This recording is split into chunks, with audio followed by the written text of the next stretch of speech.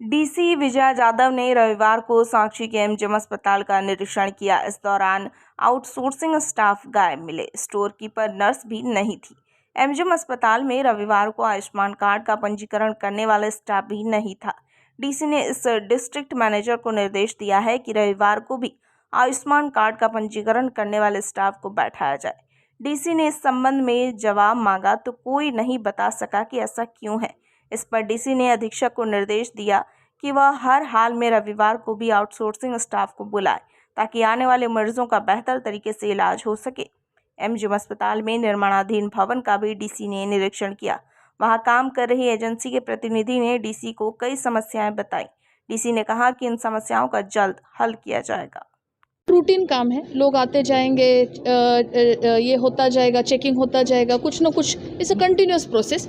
हमारा ये एम होना चाहिए कि हम इसको कांस्टेंट मॉनिटर करें, ये नहीं कि एक बार आए देखे और चले गए।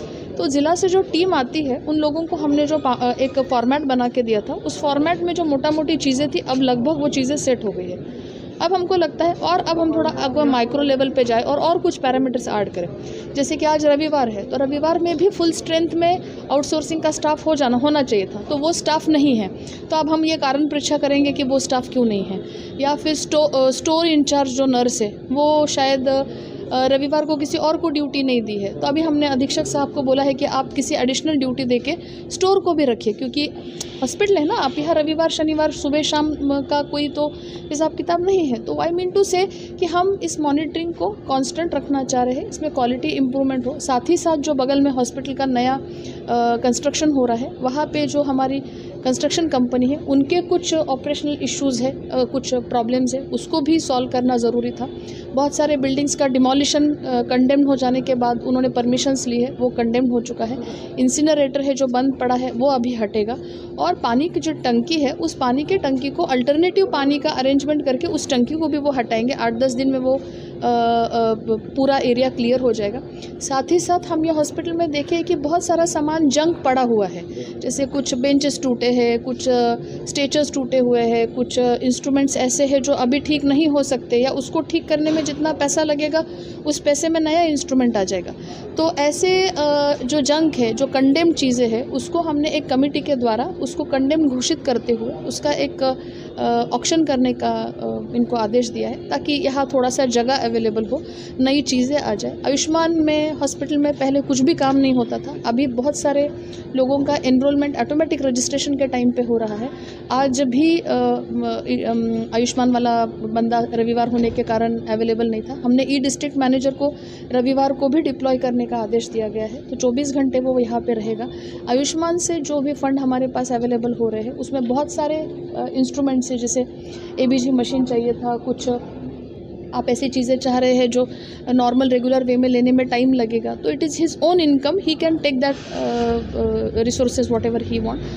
तो this is general routine visit है, और हम थोड़ा सा चीज़ों को पुश करने के प्रयास में ही यहाँ पे आए हुए हैं। आपने देखा होगा पहले इमरजेंसी वार्ड में 8-8, 10-10 दिन पेशेंट पड़े रहते थे। अभी जैसे जैसा सिचुएशन है वैसे वैसे उसको हम लोग शिफ्ट करा रहे हैं। कुछ लोग डायरेक्ट यहाँ से रिलीज़ हो रहे हैं, कुछ लोग ऑब्जर्वेशन में रखे जा रहे हैं, कुछ लोग वार्ड में शिफ्ट हो रहे हैं। वार्ड से भी पेशेंट को रेगुलरली डिस्चार्ज करने के लिए बोला जा रहा है। बाकी साफ़ सफाई तो हॉस्पिटल में ओवरऑल इम्प्रूव हो ही गई है। छोटे मोटे जो निटिग्रिटीज़ के एरियाज़ रह गए हैं, हम उसको भी बोल रहे हैं कि आप उसको भी अच्छे से देखें। प्लांट का भी आपने? हाँ, गैस प्लांट, ऑक्सीजन प्लांट जो है उसका रेगुलर एएमसी होना ज़रूरी है, क्योंकि यहाँ से ये कैसे काम कर रहा है, इंटरनल वायरिंग उसका कहाँ कहाँ पे है, क्या पाइपिंग है, साफ़ सफाई उसकी रेगुलरली हो रही है कि नहीं हो रही है, उसके जो साफ़ सफाई करने के लिए जो एजेंट्स, केमिकल एजेंट्स डालने हैं वो इनके द्वारा डाले जा रहे हैं कि नहीं जा रहे हैं, वो हम देखें। एनआईसी में कुछ सॉफ्टवेयर हमने यहाँ पर रजिस्ट्रेशन के लिए डेवलप किया है, तो वो कल से अधीक्षक साहब बोले हैं हम उसको ऑपरेशनलाइज करेंगे। कुछ चीज़ों को जंग आया हुआ है, सिटिंग बेंचेस है वगैरह वगैरह, उन लोगों को हम वाइट वॉश करके साफ़ सुथरा करवा रहे हैं। अब देख तो रहे हैं हर जगह पे ब्लीचिंग पाउडर डाला हुआ है। पेशेंट्स के साथ पहले 3-3, 4-4 जत्थे में लोग आते थे, भीड़ होती थी, पेशेंट्स कम थे, परिजन ज़्यादा थे, तो वो भी हम लोगों ने अभी थोड़ा स्ट्रीमलाइन किया है। 1-2 दिन ही लोग ठहर रहे हैं। चीज़ें धीरे धीरे इम्प्रूव होगी, कोई भी चीज़ एकदम से सुधार में नहीं लाई जा सकती। बस हमारा ये प्रयास सबका होना चाहिए कि हम उसको मॉनिटर करें, और कोई कमियां दिखाने के बजाय हम इसको कैसे पॉजिटिव वे में लाए। ये प्रयास में हम लोग सब लोग यहाँ पे आए हुए हैं। मैन पावर देखिए, मैन पावर दो तरह का होता है। एक स्वीकृत बल के अगेंस्ट पहले सरकार भर्ती किया करती थी, पर जब ये भर्ती की प्रोसेस या फिर आरक्षण के नियम, कार्मिक के नियम, कोर्ट के पेंडिंग केसेस, इसके चक्कर में बहुत दिनों तक भर्ती बाधित होती थी, सर्विसेज भी बाधित होती थी। तो आउटसोर्सिंग के थ्रू अभी ये फ्लेक्सिबिलिटी सबको मिली हुई है, तो ये इनके पास भी ये फ्लेक्सिबिलिटी है। तो 270 नर्सेस इन्होंने यहाँ पे लगाए हुए हैं। अब बात है इंटरनल माइंड सेटअप की कि क्या हम आउटसोर्सिंग एजेंट्स को परमानेंट स्टाफ की तरह कुछ रिस्पॉन्सिबिलिटी दे सकते हैं क्या? तो हाँ, दे सकते हैं। वो सामान अगर कल लेके भी चली गई या कोई फ्रॉड या एम्बेजलमेंट भी होता है, तो किस तरह से हमको उसको टैकल करना चाहिए, क्या क्या क्या तरह के कागज़ पत्र या